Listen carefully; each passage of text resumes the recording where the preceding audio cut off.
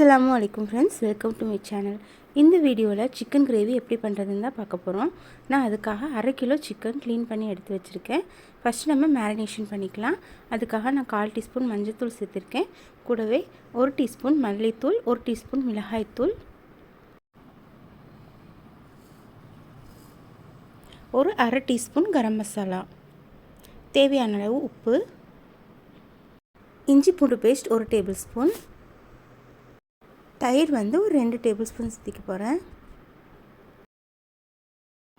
அடுத்துதான் எலுமிச்சை பழம் பாதியாக கட் பண்ணி அதை புழிஞ்சு விட்டுக்கிட்டேன்.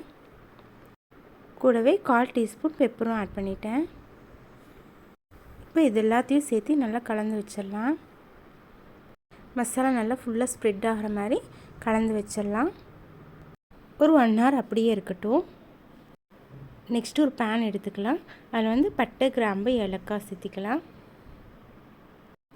கூடவே 2 வரமிளகாய் சேர்த்திக்கலாம். வரமல்லி 1 டேபிள் ஸ்பூன் சேர்த்திக்கலாம்.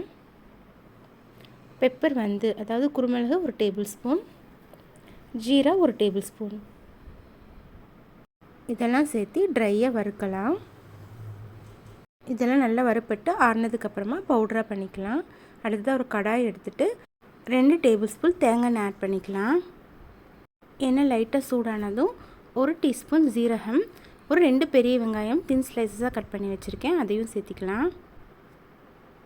எல்லாம் நல்லா கோல்டன் ப்ரௌன் வர வரையும் நல்லா வணக்கி விடலாம். வெங்காயம் வணங்கினதுக்கப்புறமா ஒரு பச்சை மிளகாய் சேர்த்திக்கலாம். அதுக்கப்புறமா 1 டேபிள் ஸ்பூன் இஞ்சி பூண்டு பேஸ்ட்டு சேர்த்திக்கலாம். இஞ்சி பூண்டு பேஸ்ட்டு பச்சை வாசம் போகிற வரையும் வணக்கினதுக்கப்புறமா 2 தக்காளி சேர்த்திக்கலாம். தக்காளி நல்லா வணங்கினதுக்கப்புறமா நம்ம மேரினேட் பண்ணி வச்சுருக்க சிக்கனை இதில் ஆட் பண்ணிக்கலாம். இப்போ எல்லாத்தையும் சேர்த்து நல்லா கலந்து விடலாம். எல்லாத்தையும் நல்லா கலந்து விட்டு ஒரு 5 மினிட்ஸ்க்கு அப்புறமா கொஞ்சமாக தண்ணி ஆட் பண்ணிக்கலாம். கொஞ்சமாக தண்ணி ஆட் பண்ணால் போதும்.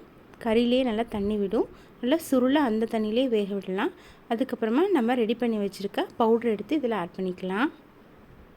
நெக்ஸ்ட் அந்த பவுடர் எல்லா இடமும் ஸ்ப்ரெட் ஆகிற மாதிரி நல்லா கலந்து விட்டு ஒரு 10 நிமிஷம் வேக விடலாம். அதுக்கப்புறமா நம்ம இன்னும் கொஞ்சம் தண்ணி ஆட் பண்ணிக்கலாம்.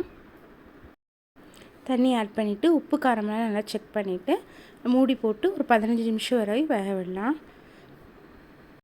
ஒரு 15 மினிட்ஸ்க்கு அப்புறம் ஓப்பன் பண்ணி பார்க்கலாம். பாருங்கள், கறியெல்லாம் நல்லா வெந்து வந்திருக்கும்.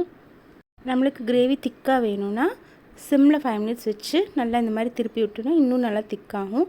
இல்லை கொஞ்சம் லிக்விடாக வேணும்னா இன்னும் கொஞ்சம் தண்ணி ஆட் பண்ணி கொஞ்சம் சூடு பண்ணிக்கலாம். ஃபைனலாக மல்லித்தலை இலைகளை தூவிட்டு நம்ம பரிமாறலாம். மல்லித்தலையோட கொஞ்சம் தேங்காய் எண்ணெயும் சேர்த்து திருப்பி விட்டிங்கன்னா நல்லா மணமாகவும் டேஸ்ட்டாகவும் இருக்கும். கண்டிப்பாக இந்த ரெசிபி நீங்களும் ட்ரை பண்ணி பார்த்துட்டு எப்படி இருந்துச்சுன்னு கமெண்ட் பண்ணுங்கள். மறக்காமல் லைக், சப்ஸ்கிரைப், ஷேர் பண்ணுங்கள். தேங்க்யூ.